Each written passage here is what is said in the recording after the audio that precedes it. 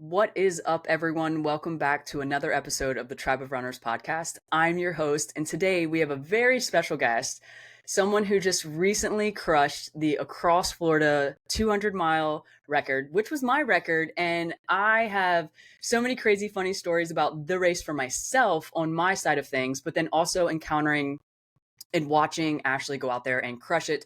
So, welcome, Ashley Gabbert, to the Yes. podcast. Thank you so much for being on, and I'm truly, truly so excited to chat. We have so many things to go over, but again, congratulations on such a huge accomplishment. Thank you very much. Yeah. So before we go like across Florida 200 and like getting into the 200-mile distance, I've obviously like creeped on you and done my research. I had to creep on you mid race, which we'll kind of get to, which was really funny for me. But how did you get into running? Where did this obsession with running come from, and how did you get into it? So I've kind of always been a runner a little bit. My parents started doing triathlons when I was like 13, 14. So we would go around and do triathlons, like sprint triathlons as a family. They got into it in their 40s. So I was introduced to that early on and just did it as a young kid. And then went in high school. I swam for like 2 months, and then I went and played basketball in high school and then played basketball in college. And I would even like sometimes find myself like running outside of practice, like in college, just because I was like bored of just standing around. So I've just always kind of liked running. Um, it's something easy to do too now that I'm older and traveling. You can just run anywhere. So I did a couple Ironman in like 2018 and 19, and then I decided, okay, let me just get into. I like training for the marathon the most. So then I did my first ultra was in 23. I did the Nashville 50 miler, Oh, very and cool. that was a pretty cool experience. And then in 24, I did the Daytona 100. And then, because my friend Tara, she wanted to do 100. I never really had it on my radar, but then I'm like, well, when am I ever going to have a friend that's going to want to do an ultra marathon with me? So Yeah. we both signed up for that. And then I did it again last year because she wanted me to do it again. And same concept. I was like, I got to do it if my friend's going to do it. So, and then I decided after last year, I was kind of done with the 100. It was pretty tough race for me. I did it without pacers to try to test myself because I had a pacer the year before. I'm like, this is kind of easy. Like, not easy, but like Mhm. this didn't really push me as much as I was expecting it to. So, and I did it again and I said, no pacers. Let me just get in that pain cave. And I got there. So after that, I said, oh, I'm not going to do this again. And then in the summertime, I was like, maybe I should do a 200 then. And then I found the one in Florida. I'm like, oh, this is like too good to be true because I had taken a couple months off. And so, and like July, I decided to start training for it. So I trained just for, 4 months or so. And then there we were. It came really quick. Yeah, it comes before you know it, and then Yeah. it's slapped you in the face. Yeah. Yeah, awesome, awesome. I love that. So, before we get into anything, I have to ask, was the 200 a challenge for you where you were like, holy crap? So surprisingly, it was not also it was kind of like my first 100 experience, I feel like I was expecting it to really like be really hard Mhm. because I don't know, I've never ran. I mean, my 200s were basically the same time, 22, a little over 22 hours. So I'm like, I've never done more than that. I'm expecting to be closer to 70 hours. I have no idea how my body's going to feel. So I really went in with like a pacing plan that I think set me up for success, but I was expecting it to really like kind of wreck me like my first 100. But Mhm. I think with like my support crew and my pacers, it just gave me, since I hadn't had a pacer in 2 years, it gave me like the energy and the will to just keep going and not even like just to really try to enjoy it. And I really think it was pretty enjoyable. I feel Yeah. like if I do it again, it's going to be way harder. No, It for was like sure. the unknown. Yeah, yeah. And I will say, I think I like was around you maybe two times. And the first time I don't think I actually realized. The second time I heard a very loud crew and they're like cheering the run. I'm like, who the heck is this? And then like I look because I'm trying to sleep and trying to do everything because I was out there with a runner. Yeah. And sure enough, I'm like, oh shoot, this is the first female. And then like I'm creepily looking and I'm like, yeah, like it's definitely the first female. Which was so cool. Like your crew was very loud in a good way, like super Yes. encouraging, super, super, super, super just you could tell they were doing all the right things. I overheard a few conversations and everyone seems super dialed in. Yeah. So it's super cool to witness that as like crewing and seeing and listening to that. So that was awesome. Yeah, they were awesome. That's awesome. So what entailed your crew? Who was there? What like pacers, all of that? How'd you pick it? Kind of tell us all of that.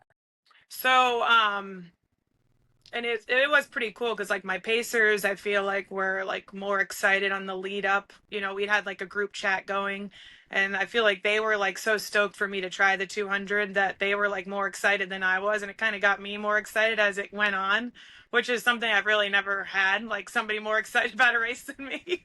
um, so two guys, they flew in actually to pace me, so they had both done the Daytona with me the year before, not with me, but one of them is my friend's cousin Ben, and then his buddy Kyle. And Kyle did his first 100 last year at Daytona, and so we all hung out after the race together, like in the hotel and sharing stories. And then I went up and paced Ben at Burning River 100 in June.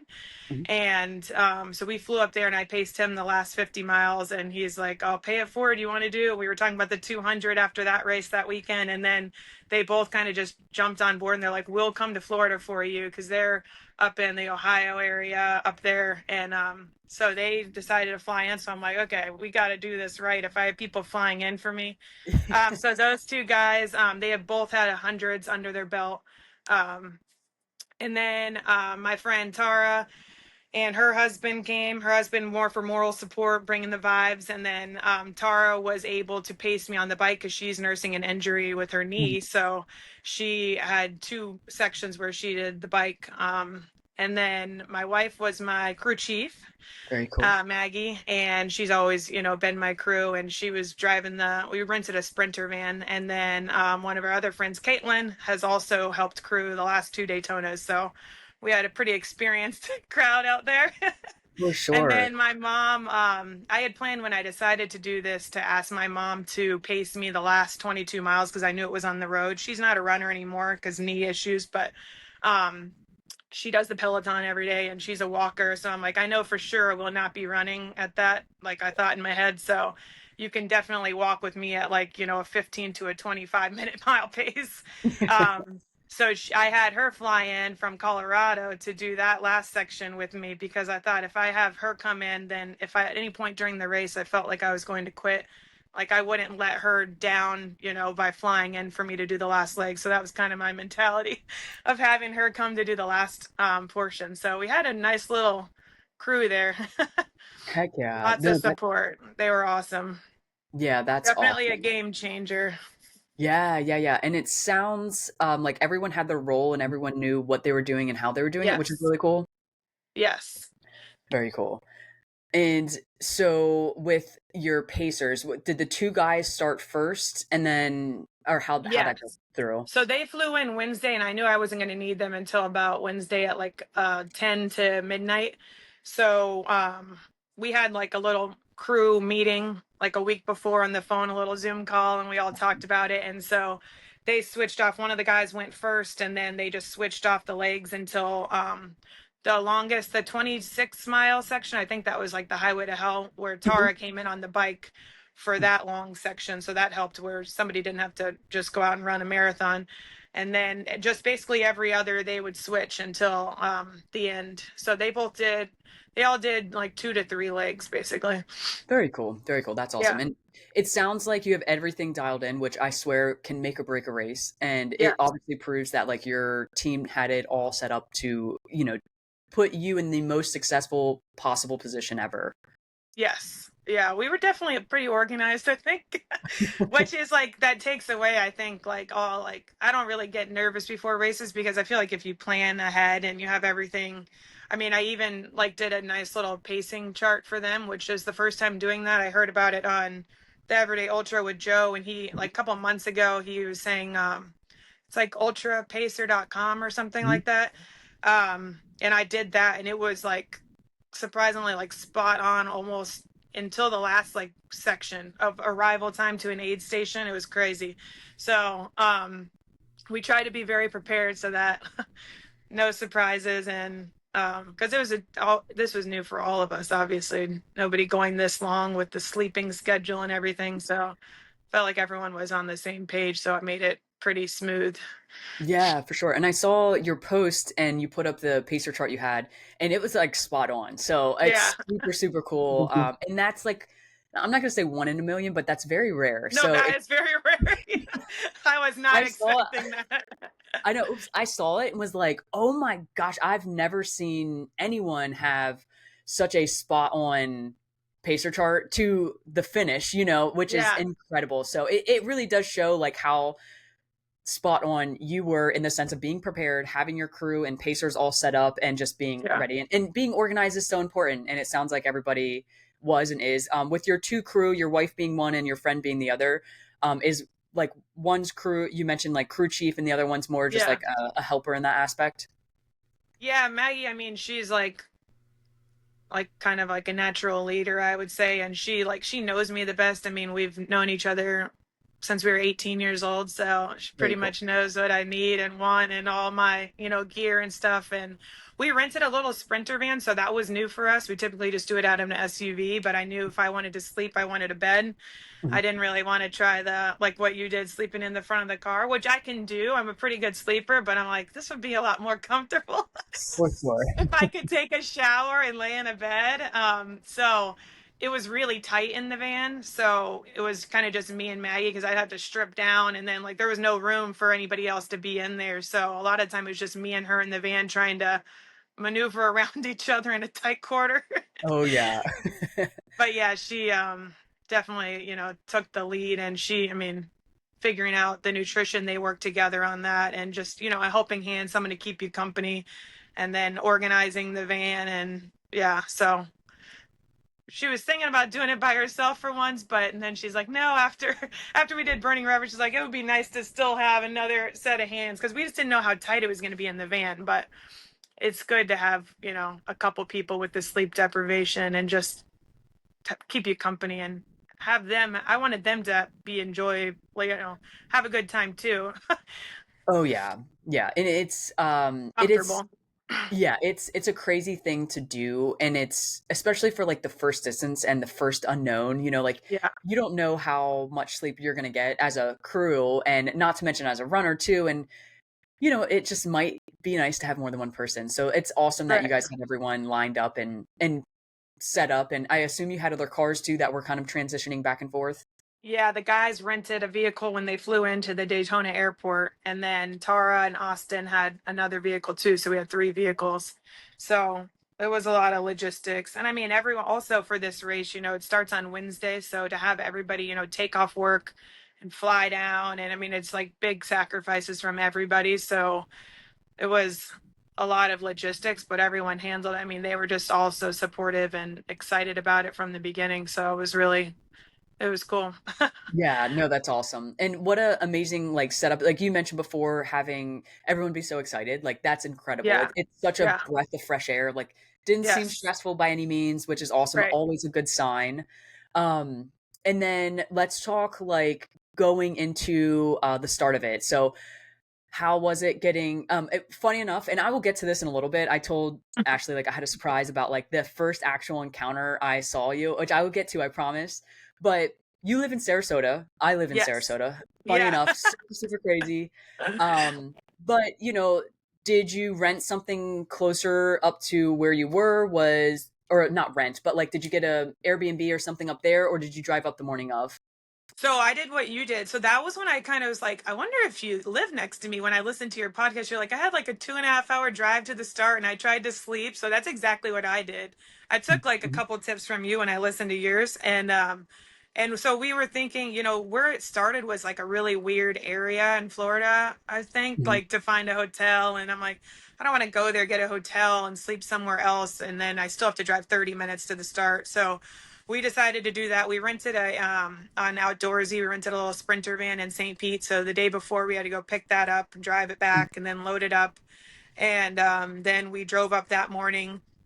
We left at like 6 a.m. Had a little hiccup there. That was like the only hiccup I think of the whole time. But we also went to the wrong start line. Oh no. So I have a So question. I have a question. When yeah, you went there, did you go to the right? I think so. We went to like a boat ramp. Yeah. Okay. That's where And I so went when to. I'm we pretty sure. realized we were not right, it was like we put it finally in the map quest and it was like 27 minutes to go and it was like 9:40 and the race started at 10. So we were like, "Oh boy." So I had just like worn like my pajamas in the van and I was like, well, when we get there, park, I'll check in and then put all my lube and my tape on and get dressed. I really don't want to sit in this for 3 more hours. So then we're on that long bumpy road to get to the start and I'm trying to tape myself and I'm bouncing up and Oh down my in that goodness. stupid Sprinter van. And we're going like And three that miles road an is hour hitting horrible. every Yeah. pothole. Yeah. Oh So goodness. we pulled up at like we called the race director and we're like, hey, Mm, we're en route, but we're gonna be in there. Like, no worries, there's a lot of people here and like no rush. We're waiting on people. So that was nice. So we got there and then we still waited like, 15 minutes because they did that mhm. pre-race meeting later. And so I wouldn't say it was stressful, but we're like, geesh, Yeah. now we're like rushing. But I think they gave us like a little peace of mind when we called them. They're like, it's not a big deal. We're going to wait. There's other people. So that was nice. But Yeah, I think he made an announcement and said there was like 3 to 4 people en route that were yeah, everyone was waiting on, and everyone knew. I think he sent out an email or like had mentioned it maybe right away. Like, we probably won't start at 10 o'clock. Like, yeah, this is new. This is a very weird entrance. Like, we're gonna make sure everyone's here. So yeah. yeah, it That was was super nice. laid back, which was Yeah, awesome. Yeah, yeah, yeah, it's very rare. yes. So you get to the start. The craziness has already started, but you're settled. Yeah, You're not super yeah. super worried yet. How was the first? Well, like just the first, being at the start line. You mentioned you weren't really nervous. Did the nerves hit? How was that feeling for you? Not really, because I mean it's such a long race. I feel like that's why I like endurance events. You like if something goes wrong, you have so much time to correct it. Like I really don't do anything less than like a marathon for running anymore because I'm not really one for speed and I like I need more time to correct if stuff happens. So Mhm. yeah, I wasn't really nervous. I knew it was going to be a long couple days. I was more Yeah. nervous about myself like starting out too fast and really making myself kind of chill out, slow down, start my plan from mile one and not, get into like not alter my plan just because everyone else is doing something. But the crowd, I mean, everyone started out super slow and it was just Mhm. like chill from the beginning. So that kind of helped me not feel like I'm just like back here walking in mile one. Do people think I don't belong here? Like, there's a long way to go. Yes, yeah, yeah. And that's awesome. And it's so hard to do in a Yeah, race, especially because, like you mentioned, a lot of people usually go out super hot. I won't name any names, and it's not for this race specific, but like there are so many people that just go out way too hot, way too yeah, early in a 200 mile. You have so much time. Like, there's no rush. yeah, yeah. um, and I did notice, I saw the pictures got posted, I think yesterday, and one of the photos is you and David Goggins running side by Yeah. side. Did you realize that?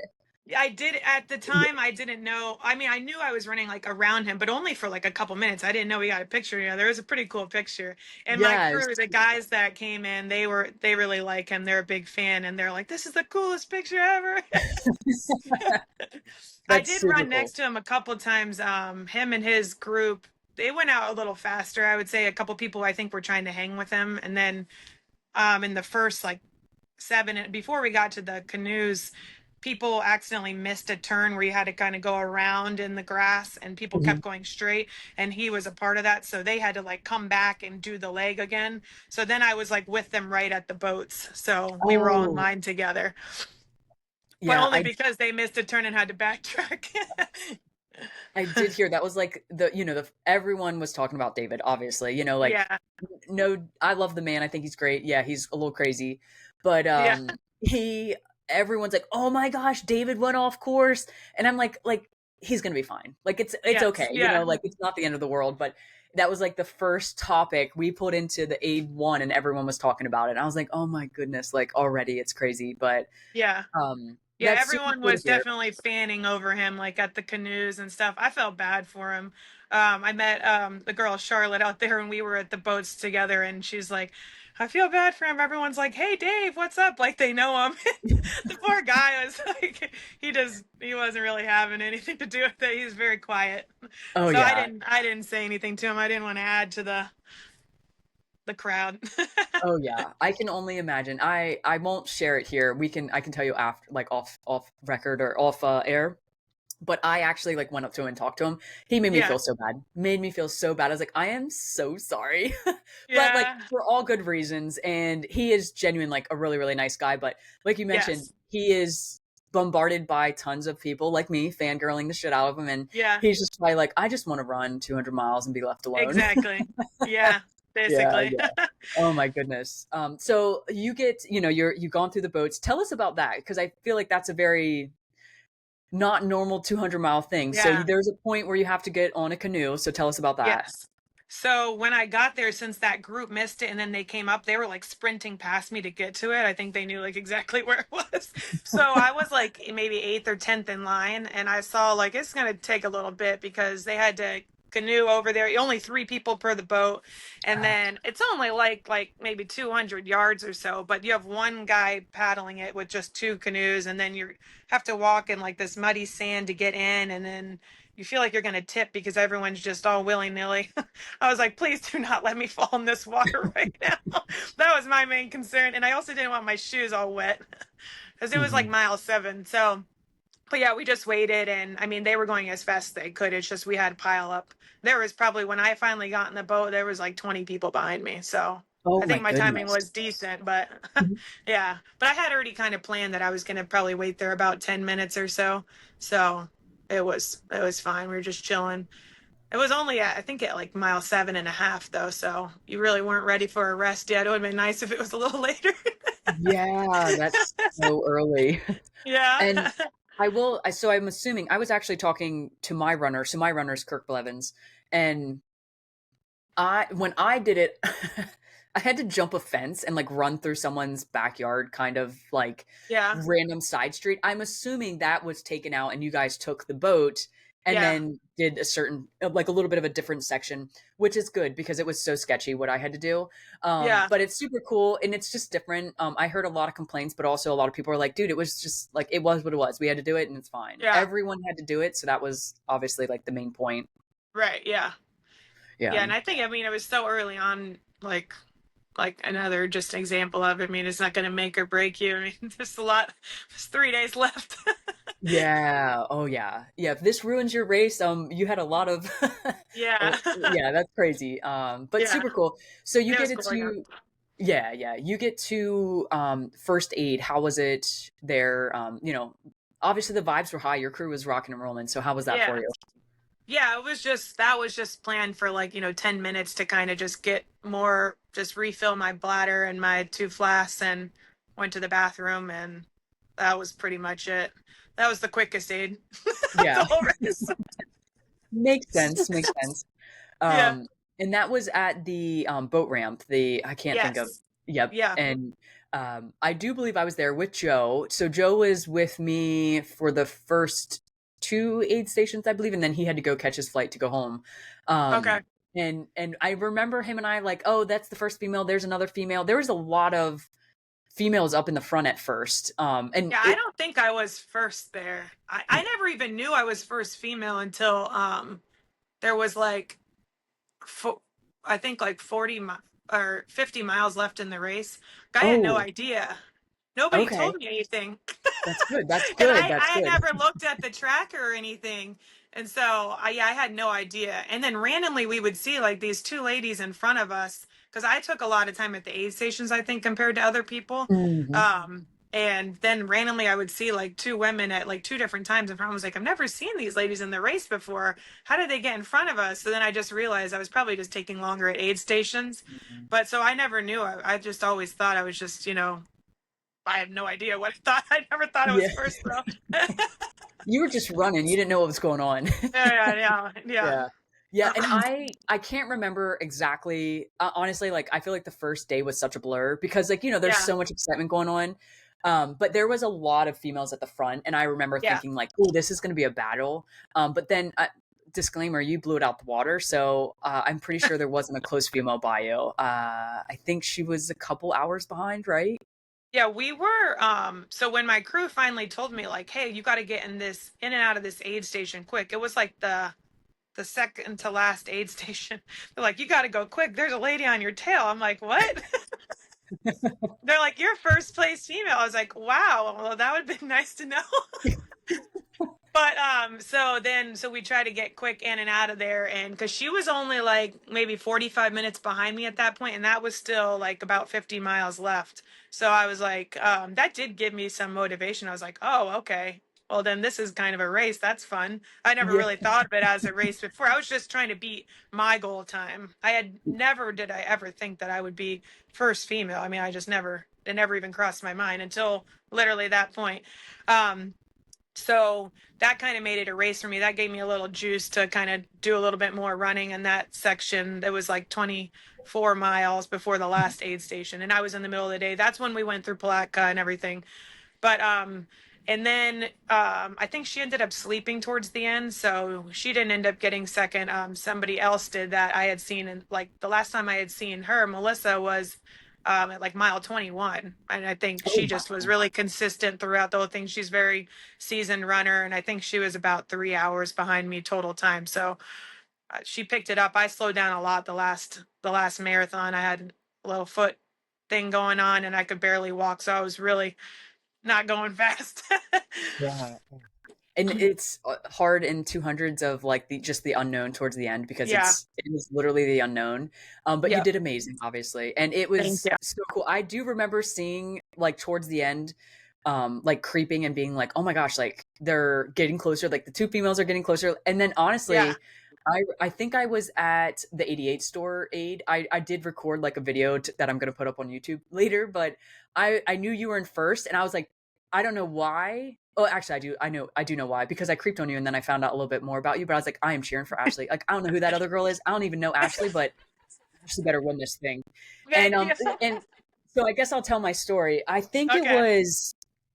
Oh my gosh, I can. Oh, it was the one aid station in the middle of the forest where like the nasty bathroom was. Do you know what I'm talking about? No. Oh, I think it was after Highway. It was definitely after Highway. Okay. It's like around the you guys popped out. Oh my gosh, I should know this and I'm so sorry that I don't. But anywho, it's one of the aid stations. I do believe you went to sleep there because I Okay. remember hearing your crew talk about we should wake her soon. And I I heard her and I was like, "Oh, one of the females are here. Like, let me look." So I like pop open my thing and I look and I see your name, Ashley, and I was like, "Oh, first female." And so I saw your name and like cool for first female, like didn't really think much of it. And I'm like trying to go to sleep. It's super late or super early, I don't remember. And then I happened to hear you and it's you and your wife, I didn't know at the time, right? Talking and like I like peek my head around and it was like the perfect timing. I see you and your wife kiss and at this point I didn't know. So I was like, she's gay. She's gonna win this. She's got to win this. And instantly, like, went on social media, creeped on you, and then I saw you were in Sarasota. I was like, done deal. Yeah. She's got to win this. And it was just like the funniest, like inner Liz coming out of like, oh my gosh, a lesbian is in first. Like she has to win. Yes. Go. Oh my goodness. So it was like the funniest thing. I remember texting my partner and being like, hey, when you wake up, you need to call me. And I instantly was like, so the girl that's in first place is gay. I just saw her and her partner kiss and like they better win. It was like the funniest, like Aw. childish moment of my life. But Yeah. like, it was so raw and honest and like happened. And I was like, so then I was instantly like tracking and following you and I did see that you guys got close at one point. I'm like, oh, she's got to push it. Like she's got to get this through. Yeah. And I think that's when I wrote a message on your thing. I was like, Yeah. I need her to win this. Like, let's go. Yeah, my And wife then, actually, she sent me a screenshot because, like I said, I had not looked at the tracker. I wasn't on it. mhm. I was just doing my GPX on my watch, and I didn't even know you could have comments or anything. So she sent me a screenshot. She's like, I don't know if you can see these, but of like 10 comments of people. And I was like, oh, no, I couldn't, but that was really sweet. Yeah, yours was on there and then some other people's, but yeah, a little more motivation. And then knowing that I had somebody on my tail, I was like, let's kick it. Yes, yeah, no, it's so cool, and obviously you did, and you mentioned, like, having a little bit of a foot issue out, like, towards the end of that, but what was, like, the worst thing that happened to you out there? Was it the foot thing? Yeah, so when we were coming into the dam, I was with my pacer Kyle, and I just took a step and I had like shooting pain up the top of my like where my top of my foot connects to my leg, and my ankle kind of, and I was like, oh boy, that hurt really bad. And then it was like every other step is like shooting, so I was like, oh, this isn't good. So I tried to like stop and stretch it a little bit, and then I'm like, oh man, this is going to be a long. I think we still had like 10 miles to, or like 7 miles to get to that the aid station right in Palatka. And so then Mhm. I knew those two legs were like 44 miles. So we were like a little over 50 miles out. I'm like, this is gonna be a long 50 miles. Oh. So um, I took some more Advil, and I think I popped like 4 Advil. And so like 30, and I was just trying to keep my foot flexed because it felt like when I was putting it down, it was hurting. So I told him that walking hurts more than running. So we need to start running more. And so we were running, and I was trying to keep my foot flexed, and then it would randomly shoot. But anyway, I was really nervous because I'm like, this is like exactly what I didn't want to happen. But then once the Advil kicked in, I kind of was, on Advil for the last 50 miles pretty hard. That was the only way I could keep moving. And so I've felt it every day after that since. But Oh. the Advil definitely saved me. And then I had, some of that Play On Mhm. spray that I got at the aid stations. And then after that, we took the massage gun with us and the spray, and I would stop and massage and spray like every a couple miles for the last 50 miles. So it slowed me down, but that's the only, I had to keep my foot flexing. It was, you know, just to try to Oh. keep moving. And then it really got painful at night because I finished in like 2 a.m., something in the Mhm. 2 a.m. And it got really cold that night, and I didn't bring a long sleeve shirt because I was really hot at the last aid station. And it was an error on my part. I was shivering, and then my foot was like getting really cold, and it was hard to flex. So I was moving real slow the last like 15 miles. But Mm, yeah, and a question, because like, that's pain driven, right? So, like, yeah. horrible do you feel like outside of that, like, yes, that's horrible, but did you experience any, like, mental lows in your 200? Um, One time in one of the stretches, which I'm sure you probably did this one too. I know they changed the course a little bit, but it was around it was before I slept the last time. And my last time that I slept an hour and a half like straight, and I fell asleep like immediately and slept. So it was I tried to get there. It was the last night, and I tried to get there so that when I woke up it would be almost daylight. Mhm. So I'm trying to think of it was probably like 130 miles or something or something like that. But it was a 14 and a half mile loop, and then it was around this pond a lot, like the whole Yes. time around a pond. And I hated that section, worst section of the whole race, Oh, so in my opinion. it's so that is the part that aid that you slept in, that's when I saw you. Okay. So, it was on, like, a dirt road, right? Yeah, it was like dirt and sand with lots of like little trees in the middle of like Yep. the road, and you're following this pond for like miles and Yeah. miles. Yep. And Yeah, it yeah. was dark, and we heard coyotes, and we heard random people yelling, and it wasn't very runnable, at least for me at that point. So I was like, I'm not going to toast my legs in the sugar sand with these tree roots. And I already knew I was going to sleep at the next aid station. So that obviously got in my head mentally. I was just so over that section. And then it ended up being longer than 14 and a half miles, which that was a common theme Yeah. in the race. So I was like, I was cursing a little, and my pacer is like, oh, she's getting lippy.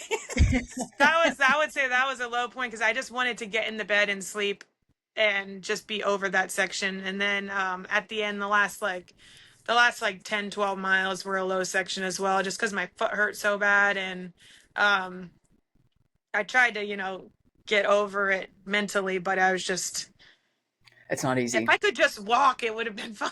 Yeah. It's like hobbling.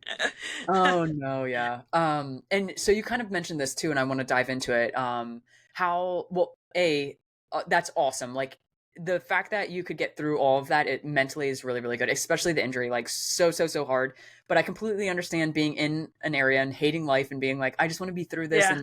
and then to find out it's a few miles longer and you're like, "What the is going on?" Yeah. It's but you're I had my pacer or my runner, I'm sorry, came to me multiple times. He's like, it says it was going to be 12. It was 14 something. I'm like, Yes. everyone's doing the extra miles. You can't get mad. He's like, no, this is Yeah. bullshit. I'm like, everyone is doing the extra miles. Don't get mad. Like in reality, I'd been furious as well if I was running it. But, Yeah. you Yeah, know, my pacer, Ben, he kept saying, "Oh, the aid station, it's 600 feet." I'm like, "It is not. We would see lights, Ben." And then he's like, "It's right up there." And he's trying to show me on the phone. I'm like, "Just put that thing away." And then he turned his watch off because it would say the laps and it was like about to say lap 15 and it was supposed to be, 14 something. So he said he turned it off so I wouldn't hear it. that's a smart pacer right there. Yeah. Oh my goodness. Yeah, but Um, it was the course was a little longer than anticipated, I will say that. yeah. But what you going back now, so sleep. Let's hear your sleep strategy.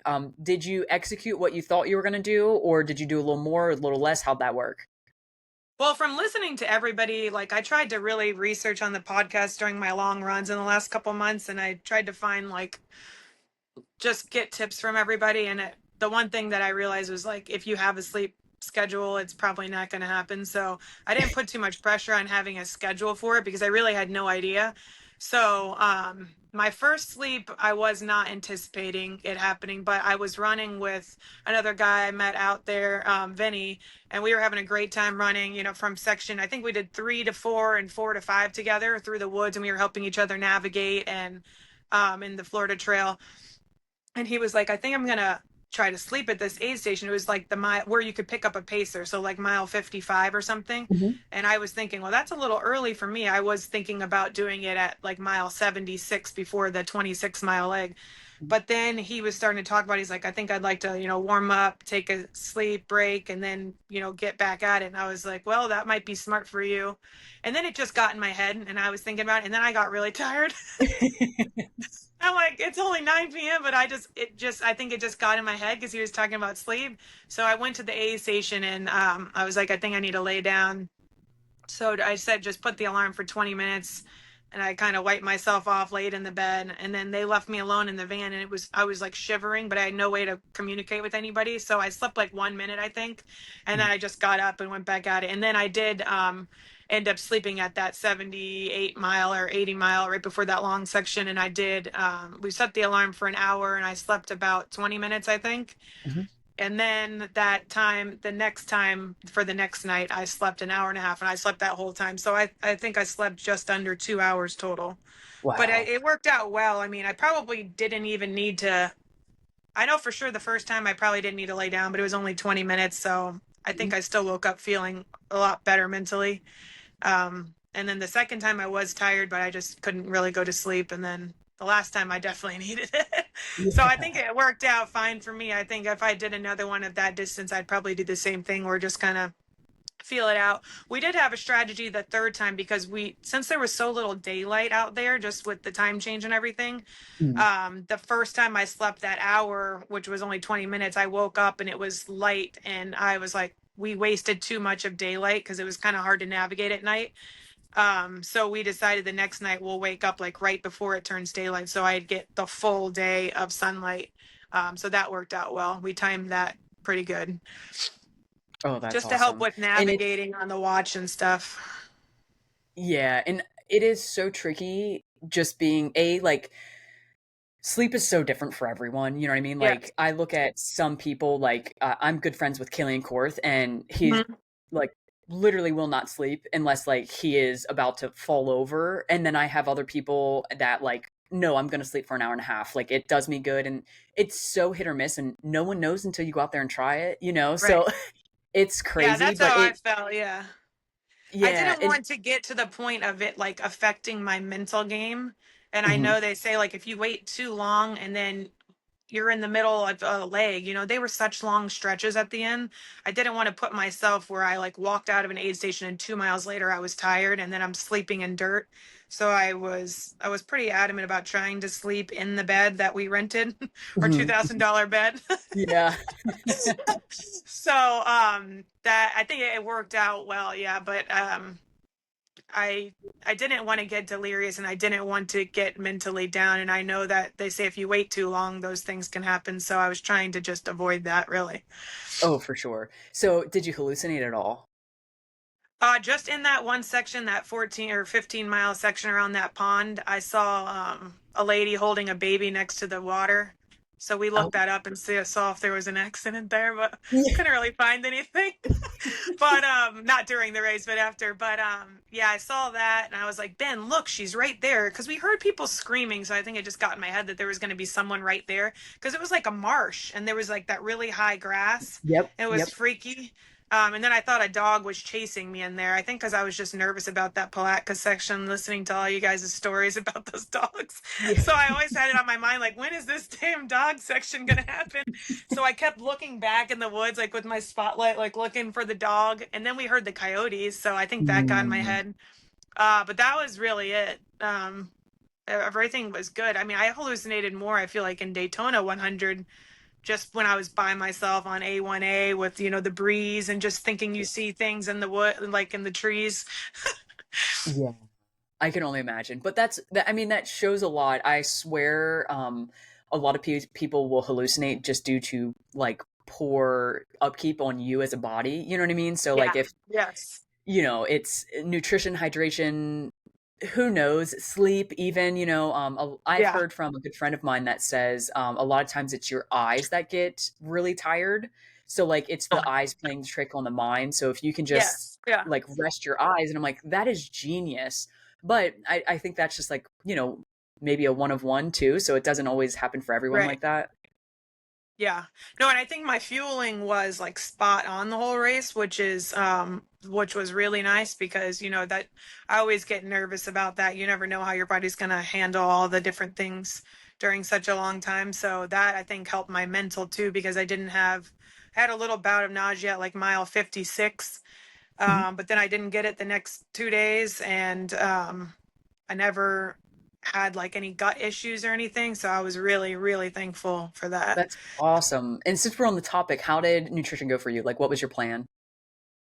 So my plan was, so we got so lucky with the temperature in this race that I was expecting it to be warmer, like leading up to it. So when I saw the weather report like a couple days before, I'm like, oh, this is going to be really good for me because I do a lot better in the cold than in the heat. And we've been in Kansas City for like 3 months before, so I didn't. It's still warm here when we got here in like September, but I wasn't in the Florida heat. So I'm like, if this race is how it would typically be in the 85s, 90s, I could have some issues because I'm not, even though I'm born and raised in Sarasota, I haven't been there.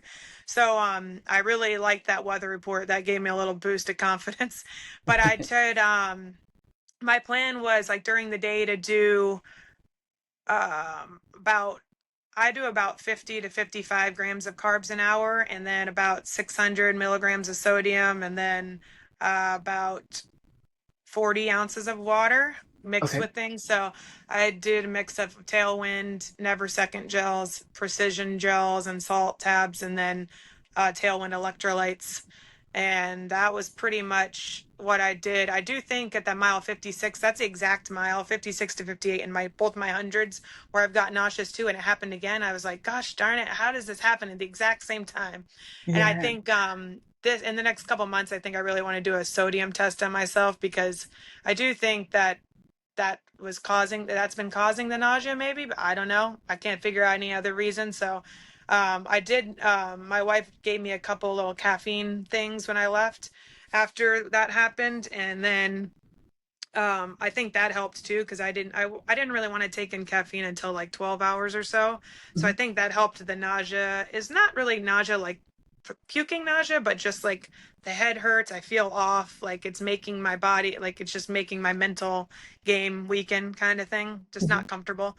Um, but so yeah, we stuck to that plan, and then I think I had my first like real food like closer to the 175-mile mark, and I just did like you had mentioned you did ramen. I got a couple cup of noodles as we had a Mhm. microwave in here, and I did those like when I would take a nap, wake up and do that just mostly for like the sodium. And Mhm. Mhm. so I did two of those, and then after that they got me like a cheeseburger and a McMuffin. So from mile 100 to 200, I had some more real food.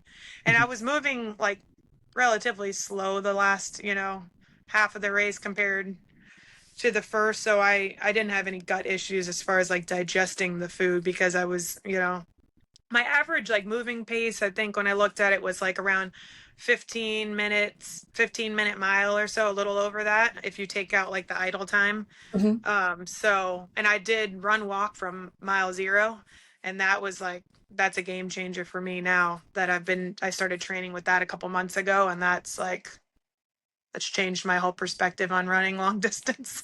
Yeah. Tell us a little about your like what you're doing for the run walk. So I listened to a podcast with a guy that I think it was the Where's the Finish one of the podcasts that's a local Florida one, and Yep. they had a guy on there that's really fast, and he's like won every ultra he's ever done, and he does Jeffing, the Jeff Galloway Mhm. method. So I was listening to it, and he's like doing 7-minute miles doing this Jeff Galloway method in ultras, and he's literally run every race he's done. I'm like, that's crazy. How can you do that? So that was like 3.5 months before I did it. So I said, on my long runs, I'm going to do this. I bought the book. I haven't read it all the way yet, but I kind of just did my own intervals, and I started at like mile one, and I would do like run 4 minutes, walk 35 seconds, because he said, as long as my heart rate goes down pretty quick, yours probably does too, just being an endurance athlete. So he said basically you just want to walk long enough to let your heart kind of recover. So that was about 35 seconds for him. So I said maybe that'll be for me. So I did 4-minute run and then 35-second walk. And then I figured out how to do it on my Garmin, where it would just kind of beep at me. So in any of my runs that were over like 13 miles, I did that method. And I just noticed like my mile times were the same. I felt amazing the whole time as long as my fuel was good. My recovery, I could run the next day 2 hours.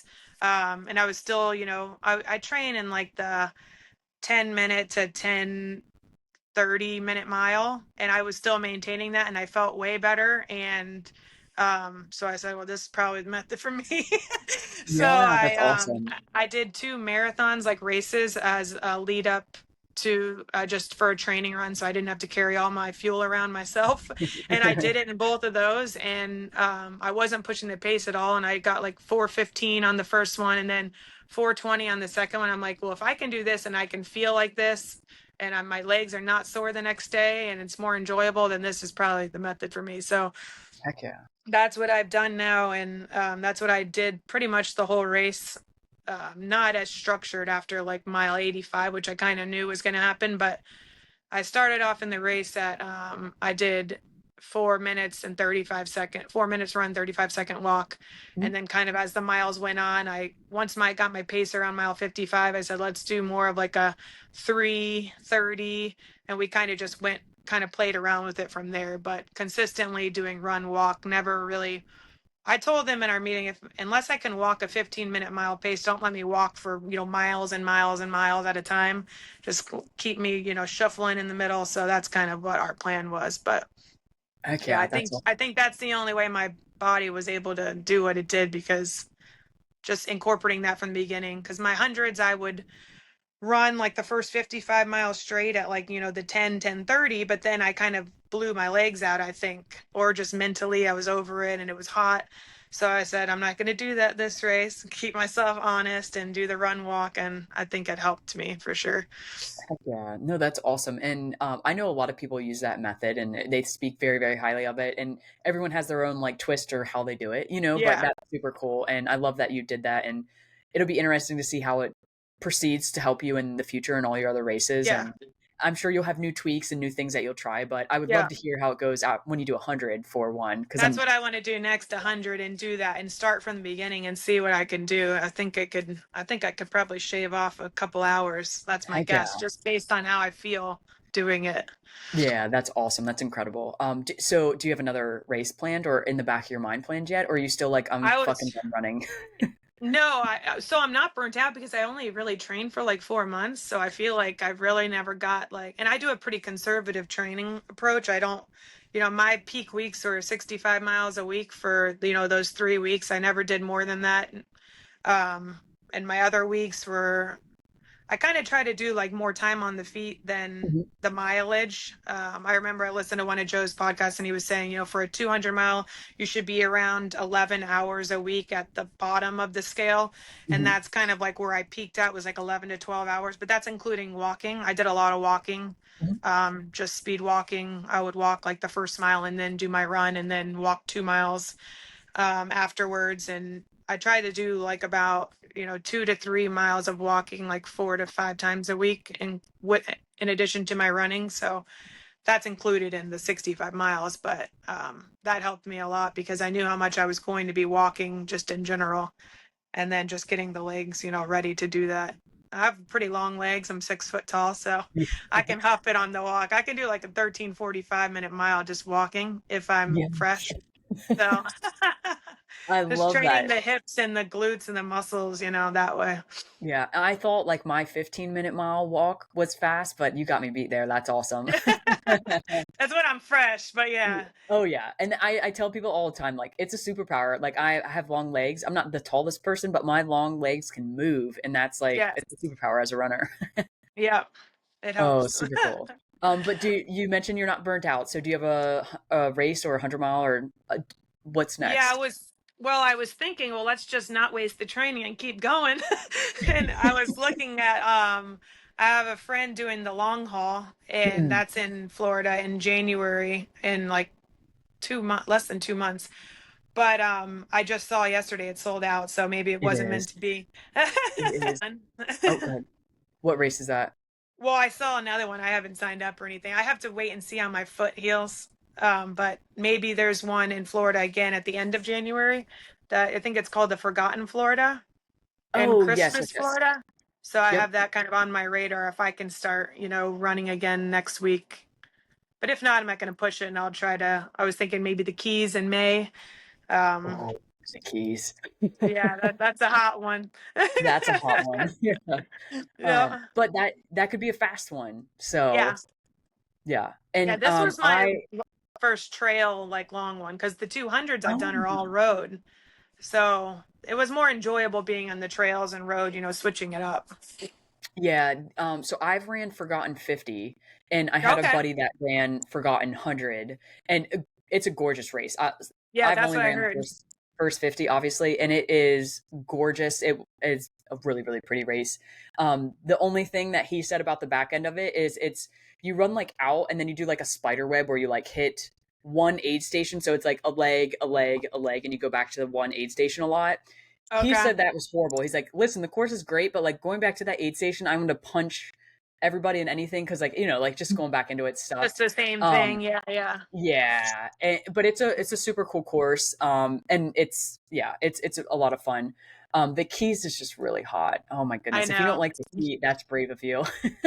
Well, I don't mind the heat. I mean, I'm used to it, and I'll be, in Florida from, January to then. So we'll see Oh, how the true. body holds up these next couple weeks, and then kind of go from there. Might just wait for that one, but I just kind of want to test out the Galloway method on 100 and see if I can beat my time on that. Oh yeah, yeah, that's for sure. If you can, not maybe this year, but next year, get into long haul. I really encourage it. I've Yeah. volunteered. I was supposed to run it this year, but I cannot. And it's I definitely want to run it, but it's a gorgeous course. I love the race director. He's amazing. Andy Kroom. Andy Matthews is his name, but he goes by Andy Kroom. He's an amazing guy. So if you can run it, I highly encourage it. Yeah, I like the idea of the 16-mile loops because it's easier on the crew, after just doing this. I try only to do like one of these races a year just because it's a lot for everybody.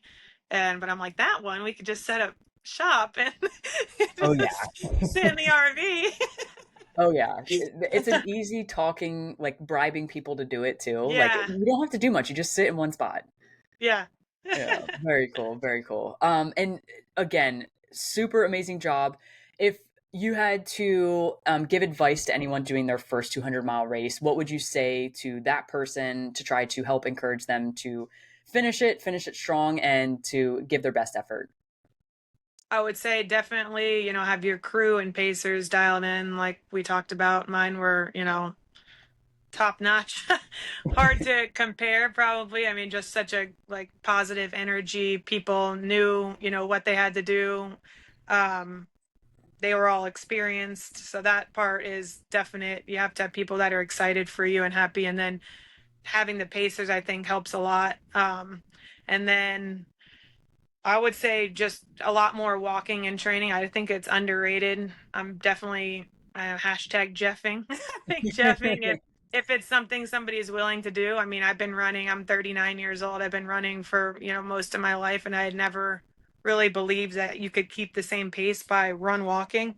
Mhm. And just to prevent injuries, I mean, training leading up to something like that, you can get burnt out or injured. And I think the run walk method is like, it's more of a foolproof way to get to the start line healthy. That's always my number one goal. So I would say don't count it out. Do a training run, try it out. Even on like a 6 mile run, look at your splits and kind of go from there. I think it's beneficial to try, and don't knock it until you try it. And Yeah. then more walking in your training for something like a 200 for sure. Oh yeah, no, I love that. And I will say I know quite a few people that have used this method. Do you know what a gym bob is? I think it's called a gym bob. No. So it's a beeper. It's like a Okay. beeper, and it you can set the time. So like it'll do a minute to 5 seconds or Yep. 5 minutes to 30 seconds, but it beeps, and it's exactly that. It's I think the guy that made this run walk method had made this. I could be wrong, Okay. so forgive me if I am, but it's something that like I know a lot of people that use it, and these are like experienced ultra runners, and you are as Yeah. well. I'm not discrediting that by any means, but like they're the same way. They think it's a great method, and it's highly, highly underrated. And maybe one of these days, maybe next year, that'll be like the new trend. You never know. You never know in Yeah. this running world. Yeah, Yeah. and then on the Garmin watch, I mean, you can do the run walk settings as an alert, and it'll alert, and it's not annoying. It's really subtle, and and you can change it while you're running without turning your watch off. So if you wanted to do like a Oh, 4:30, then you can go down to a 3:30. Like at one point, I was doing like a 1:1, and it just okay. reminds you of doing it, because if you're just constantly staring at your watch while you're running and trying to see if it's been 1 minute, that's like way too taxing for something that long. It's fine in a training run, but to just keep remembering where you were, it's a lot.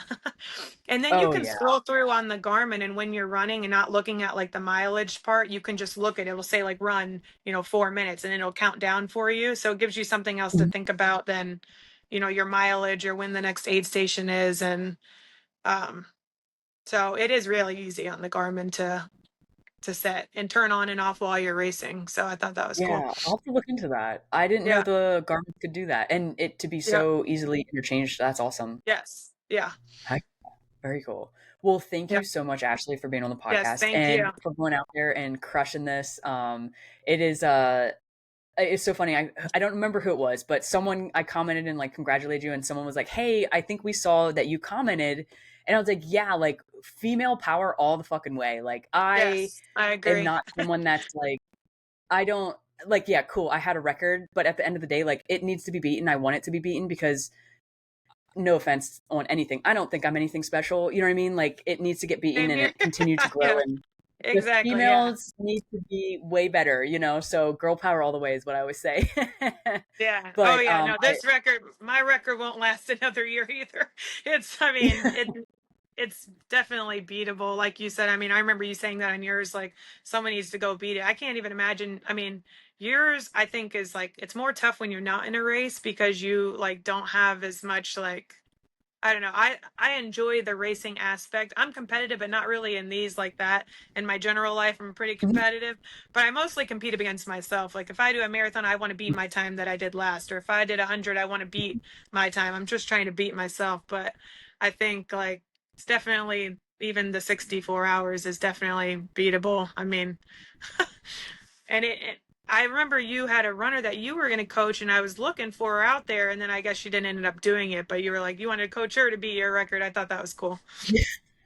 Yeah, and at the end of the day, I would encourage and I want anyone to be, and like I'm sure you kind of feel the same way. Like it's an honor for someone to beat you because at the end of the day, like it is a female. If it be different, if like guys beat it, cool. I don't give a shit. Like screw Yeah. you. But a female going out there and doing like hard things, like I'm all about it, and I want the other women to feel that support because it can be a cutthroat life that we live, and I feel like Yeah. in this ultra world we are not at all like that. Everyone is super super supportive, and at the Yes, end I of the agree. day, like I want everyone to do the best they can because I think almost everyone I've met is very similar to you. I'm the same way. Yeah, I'm competitive. I'm super competitive with myself. It is nice to Yes. be in the middle of a race and have someone to make you even a little more like to push a little harder because like you have a girl behind you, but Right. It's nothing personal. You know, it's just, hey, Right. I want to be, Exactly. you No. know? Yep. Yeah. Exactly. That's how I feel. Yep. Awesome. Awesome. Well, again, thank you so much for being on the podcast and congratulations again on the new course record. Thank you very much. Thanks for having me. Of course.